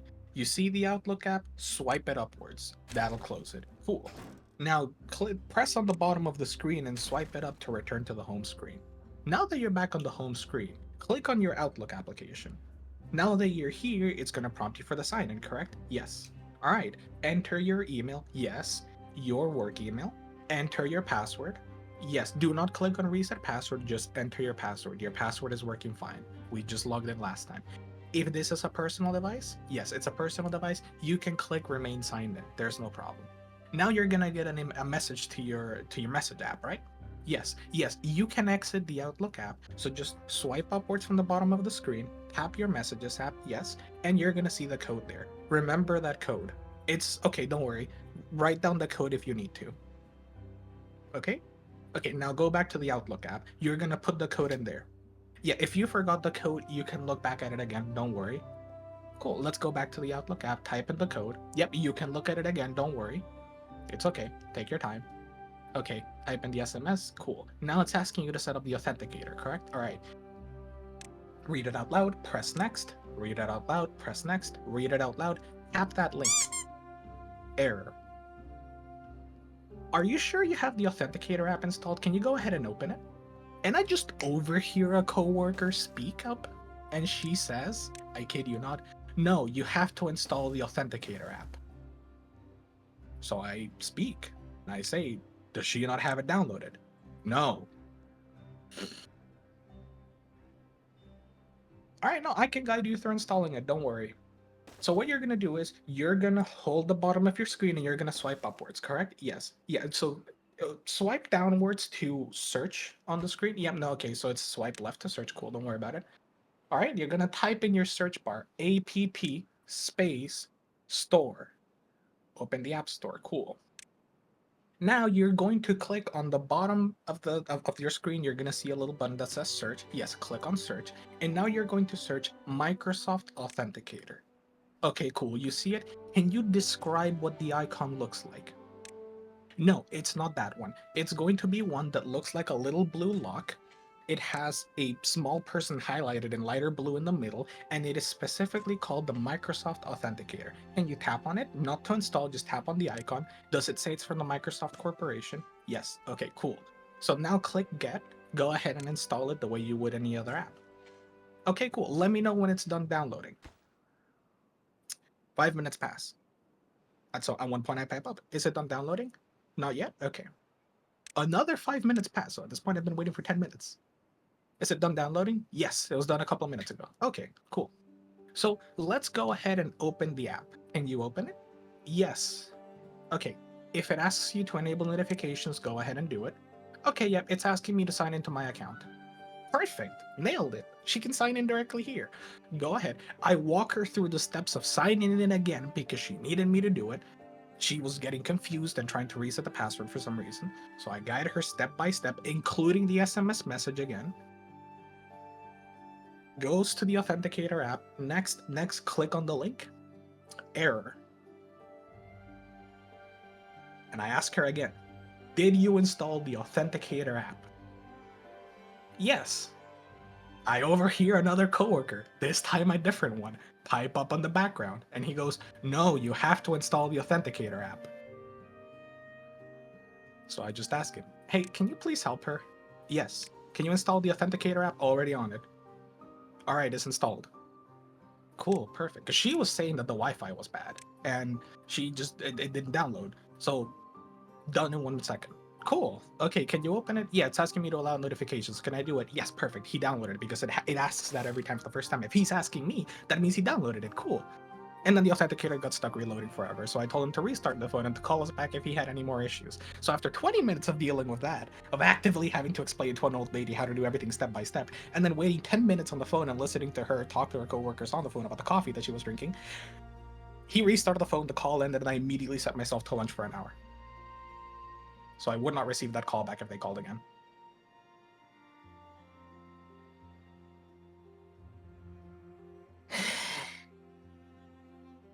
It was stressful. I don't know why it got to me, but it's just like, why? Why do people just not answer honestly? If you need me to repeat the instructions, I will. If you need me to guide you through it step by step, I will. Why do you make me go step by step through really detailed instructions only to just ignore all of them and not do anything I tell you to do?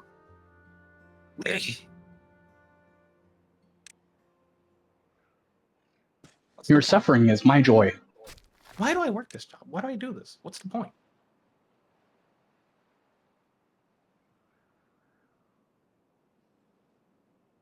We just told you. For our joy. I don't get it. I have no comment as someone who's worked multiple jobs as well, and am unemployed, and only can relate to everything you're saying. I don't go there. It's not even like sometimes I can tell someone's flustered, so I like put on really soft gloves or like try to coax them.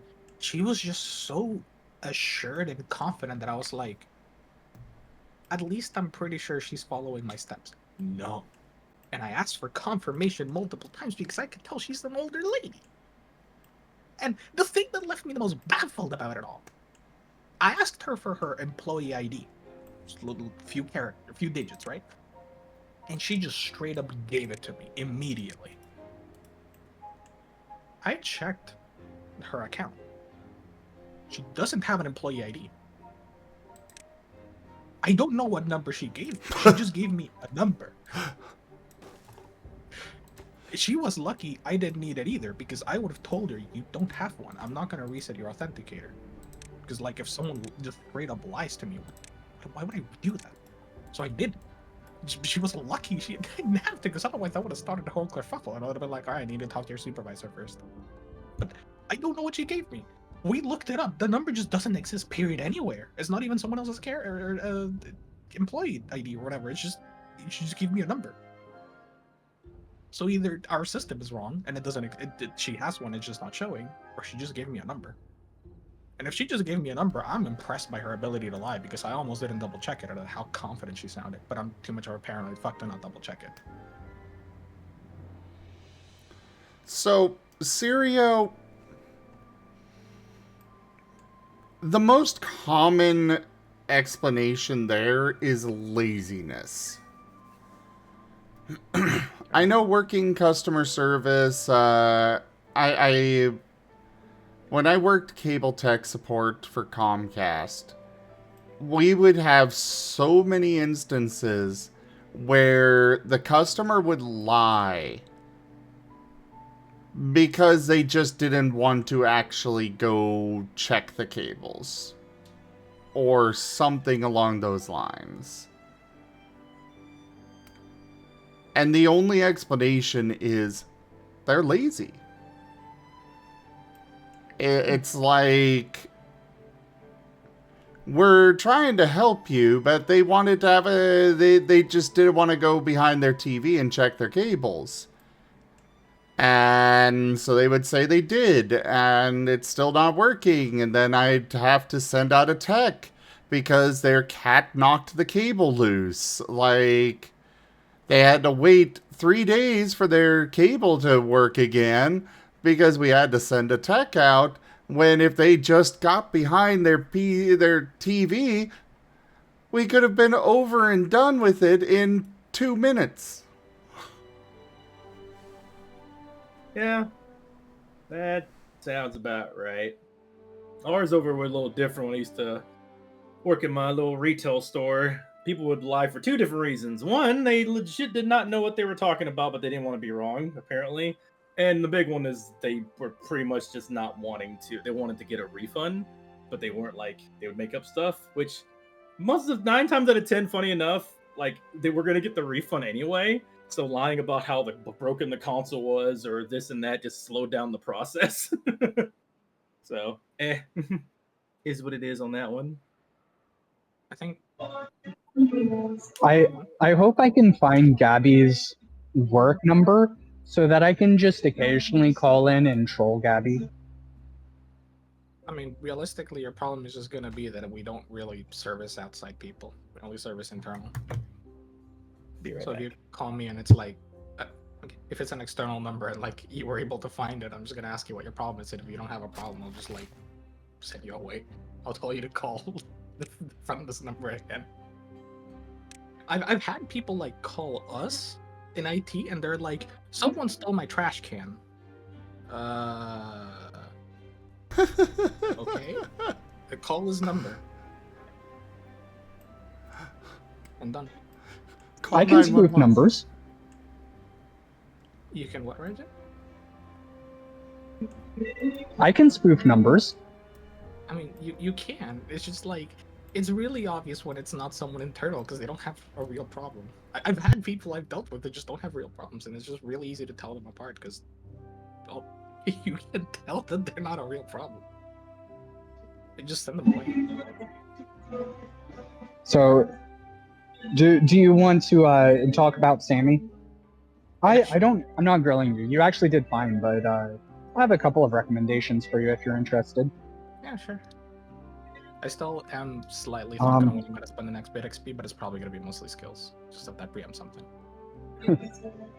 I mean, that's fine. The main thing I would say is I think you're a bit unfocused with your feats.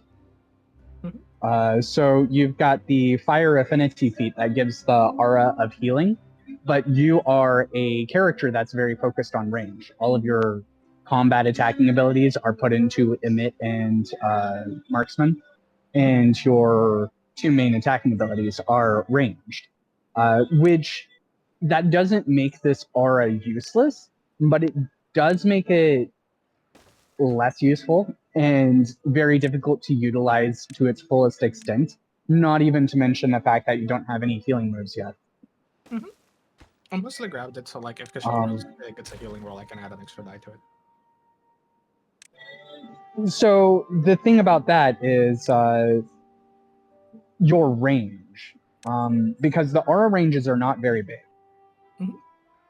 So if you're, if you're in a typical combat playing at long range and you're a good distance from Kashel, then, it's going to be difficult. You shouldn't, in theory, be in range of a lot of other people, especially the people that should be up front and taking the damage. Not to say that, I'm not saying you have to choose it. I just wanted to make sure that it was a deliberate choice under that, under the knowledge of that kind of thing. I'm aware it's not like the most useful skill. Partly I grabbed it because I just figured it'd be a little useful, but also like Kashel is ranged. My actual problem right now is that my ranged moves have a bit more range than I kind of expected them to have. So I am, as time goes on, I'm gonna be like basically always kind of slightly behind Kashel. So I'm actually gonna like outrange him slightly, and that's gonna be a thing. I am back. Oh, yes, you... Oh, hello there, good boy. Good boy. Hey. Big Continue. I'm not trying to hugs. interrupt y'all. Pep, pep, pep. I'm just honestly chilling while y'all are giving y'all's conversation. Do feel free to pick my characters, though, if y'all want. Pickle Rick. I'm not picking Rick. You already got Rick. I picked Rick already. But, yeah, the other thing is you have the feat for Strike, but you haven't really done anything with Strike yet.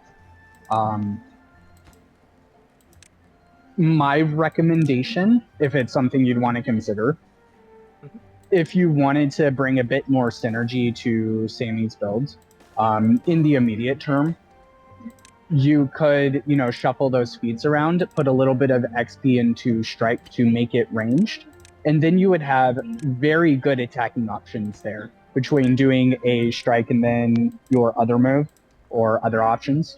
Like, just put a bunch of accuracy into Strike and make it ranged. I actually wasn't sure. The strike accuracy, because I actually realized later how that worked, and I just hadn't bothered since. How does strike accuracy work again? Just by default? By default, strike is just your raw dice. Like, which would it apply for? Like, would it be special, It's- physical, any? It would be physical, or it would be body plus expertise plus brawl. Yeah, but if it does have a slightly extra XP cost associated to it because of the nature of Strike, but you could make it ranged, and then you could use, then it would be body emit. Actually, Also, I mean, you real quick for Sirio, can make a special Strike. yes, you can make a special strike, though that does require approval from the storyteller. But for Sirio, like, GibGab asked for his sheet to be looked at. He doesn't have to have a pristine, efficient character. It's just he asked for it, so. Yeah, to be completely clear, and I did ask Gabby before I started talking about this on stream, because I thought this would be fun stream content too. Sammy is pretty much fine right now. I'm just making recommendations to increase the synergy. And it's not like the build is bad. It's just with how things are set up with Sammy right now, it'll take more XP before things get like really fully useful. So I'm just making recommendations of things that I would consider, which is also things that I'm considering completely out of character outside of the game. Inside the game, Sammy has a very good reason for that healing aura. But outside of the game, it's not synergizing with the rest of the build much. It's also a new system that, players may not realize that doesn't quite work the way they thought it did. In this case, that's like actually like straight up why I kind of figured I'd ask for it, because I was pretty sure in terms of like following the rules, I was pretty good at it. Namely because I feel like I've double checked this sheet a lot of times, including remaking it because I accidentally wrote over all of the XP automatic calculations. Then I made a new one where I put them in properly, and I was like, oops. But I had done all the math by hand anyway, and it all checked out. So I'm not doing that wrong. I was mostly like half curious because actually it's like a fun, like unironically I just kind of realized that a fiery burst, I initially picked it to do a bit more like chip AoE because it's right, you could tell like Sammy's build is not really single target damage. I've spread around a bit more AoE or multi attack. Specifically because that's kind of what I want it to be. I wanted to like deal heavy range damage, but also to like have a bit more CC potential. But then, like, stuff like Fiery Burst didn't really work the way I thought it did, and I just kind of forgot about it, and I just left it there. And honestly, I'm generally considering, like, switching it out for something else. But I hadn't thought about it until I mentioned it. And I could just swap it out for something completely different. It doesn't have to be, like, a common efficiency. Yeah, well, that's kind of the thing. Like, it would be really good to keep it, I think, if you wanted to focus on utilizing that. But if you are going that direction, you probably should put XP into Strike. And Strike is very, very useful, and it's extremely underutilized, actually, in a lot of Scar games so far. Like, people just aren't messing with Strike very much. And it does a lot of work. But if you want to go that direction, since it does require extra XP to, invest into, it does mean things like getting the healing aura is, that's 25 XP that could be going to Strike, basically. Actually, yeah, no, you're right. Um, Tim, 'cause you said the strike was like body and like it had to be brawl, but it says here strike can be physical or ethereal. Yes, but Uh, you need approval from the storyteller for that. You need a good Okay. explanation on why it would be different. Okay. Because the idea of strike is you're just punching them or kicking them or something. So it needs a little bit more to explain why it's actually why it would be special instead. yeah. So but even then, like, your body isn't that far behind your mind, and I do also think with the way the attributes are set up, it's very reasonable to, be able to work with both physical and ethereal. It's not that difficult. Um, the main thing is you might end up giving up some of your secondary attributes, but that's a whole different conversation of, larger overall character development. Um, but yeah, those are my two big recommendations. The other one I would say, you you could, correct me if I'm wrong, Zen. You can refund the default starting move Yes. for 20 XP. Well, no, you don't Yeah. get the XP So- back, sorry. Oh, Sorry, no. But you can adjust the starting move into a new move. You can grow it and such. But no, if you decide to just get rid of the move, then that 20 XP is gone. yeah. So right. Okay. So yeah, in that case, you could do something with that. It would be stuck as a basic move, but having a basic move can be very useful. So something to consider as well is doing some work with that basic move to make it something a bit more useful for your range build that you have. I've kind of mostly left the starting move there as just to like have it there in case. It's not really. I actually haven't updated the power roll on it for a hot minute. But yeah, honestly, I've just kind of left it there because I figured it's better to just leave it there, and if I ever need it, I have it, I guess. Well, it's effectively a move that has a 20 XP discount. You might as well use it. Even though it's basic, having a basic move can be very, very useful. So don't shy away from that. And that's another reason why I'm like kind of pointing at the feats. Like I do feel like you're getting, a little bit too grand with the feats for the amount of XP you have right now. Not necessarily that you can't have all those feats, but there might be better options for you right now. Completely up to you on that. In all fairness, I only really grabbed. What's up? I only really kind of grabbed Soothing Warrant otherwise, because those are just the 3 starting ones, and then the 2 movement ones are just entirely character reasons.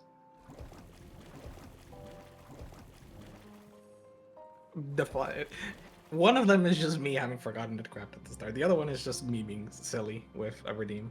Yeah. I thought Which, it would be yeah, it's completely fine.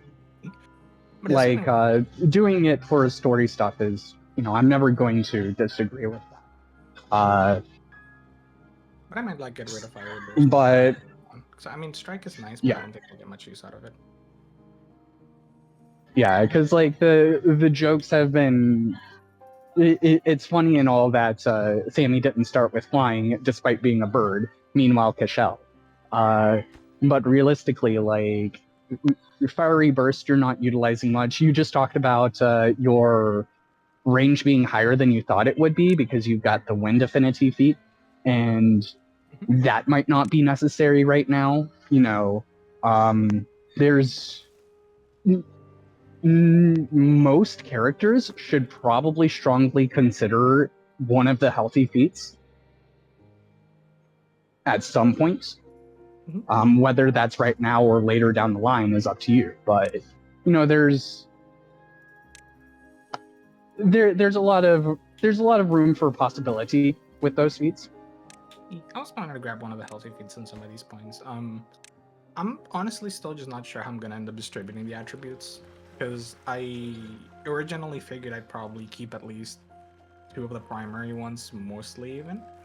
But then I'm still like honestly kind of looking at how the attributes end up being used over the course of roleplay, and like how which one I tend to lean more on or not, because I honestly still am a little figuring that out. So it's kind of like I don't know which one. Well, you also at first. not just looking at it from a point of physical and ethereal moves, but also the choice between body and mind, or even soul, correlates to the roleplay you do with your character very well too. If you're going to put a lot of points into mind, then you should also want a lot of the knowledge and similar stuff that does require mind, those skills. It would be the recommendation. It just that also comes out to, like, for example, I want to have him do like a physical thing, whether it be like a burrowing thing or him trying to fly again. Oh yeah, let me roll body acrobatics. Yeah, if I you skimp out on body and that comes out at you in the ass, and that comes out I mean, looking at some of this to figure out which I'm gonna like I was saying, there's certainly plenty of room to spread yourself between 2 attributes is probably the limit, I would say, of devoting as your main stats, as it were. Comet is a body soul hybrid for sure. Yeah, right now for me it's just like whether it's gonna be mind body or mind soul, because I'm honestly still unsure on it. Probably gonna end up being mind body. The only other thing I would say is it didn't look like you had a signature move, so that's something you should look into. I do. I applied the discount to the. I mean, I put it in the XP. It's in the win move is the. Oh, okay. I didn't look that closely at the XP, but yeah. All right. And you don't necessarily have to go for this because it gets into this. Definitely starts getting into complicated min-max territory, but you could also play around with negatives on your moves too to give you some extra breathing room. So that I did consider. For the moment, I'm keeping them simple because that was the first time I've ever done combat. But after that, I have gotten some ideas. I would probably still want to do one more combat to really get a better taste for it before I apply more negatives to moves, because that comes with more considerations in combat, and combat is already overwhelming emphasis. That was like me deliberately keeping it simple for myself. Which is why Sammy's turns basically boil down to attack. Oh wait, I forgot. I can use aim. Aim and attack. Big brain.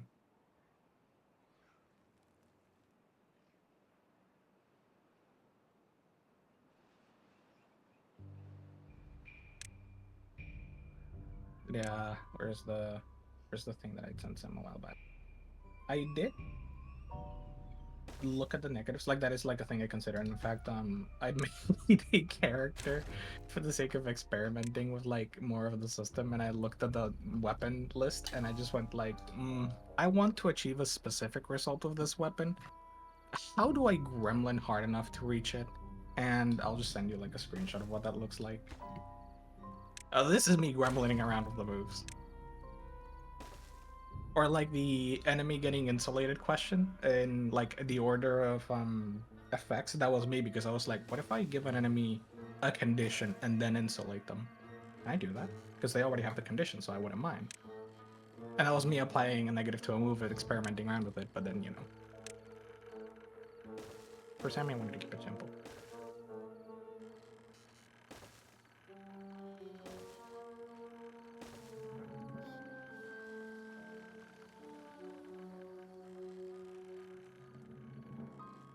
I'll consider mostly the fiery bursts, probably.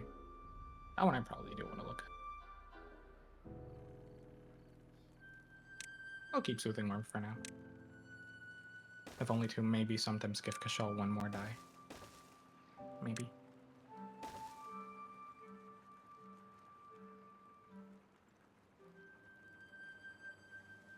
And And that's because the Wings are beauty one. of the system. It's entirely up to you.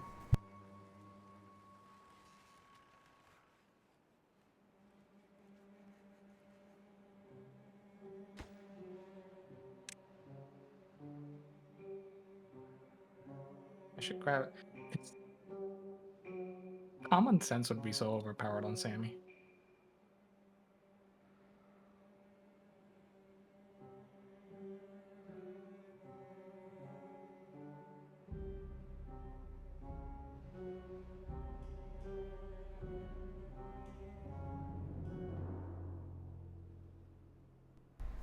Hey, Rags. What's up? Hugs. Hugs. How long are you going for? Considering ending here shortly. I was gonna raid you pretty soon. I'm not really doing any kind of commentating or playing anyway, so I'm just chilling with you to begin with, just the vibe. So, depending on how you'd go for.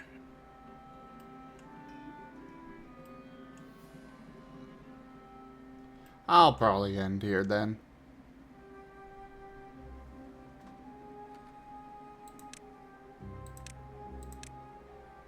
I called this town Ziptopia, and I still haven't even put in any zip lines. I need to fix that next time.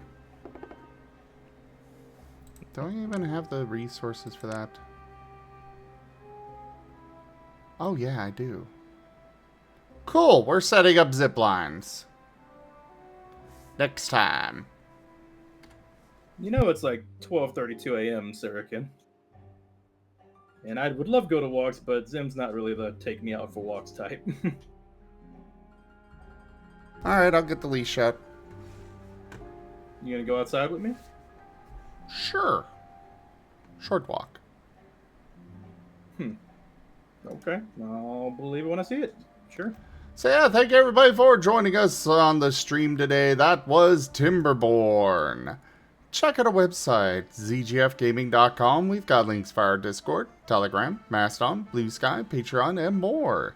They are on the website as well as down in the description below through our link tree. Thank you to my patrons, tippers, and subscribers. It is your support that keeps this channel alive and going. I cannot do this without your guys' help and your support, so thank you. Consider becoming a patron over at patreon.com/zgfgaming. It's one of the best ways to help out the channel, though you can also do so by commissioning one of the artists that I manage for, using our Humble Bundle partner link, or sending a treat through TreatStream. But for now, thank you all so much for joining, and I bid you the most fondest adieu. Bye. Bye.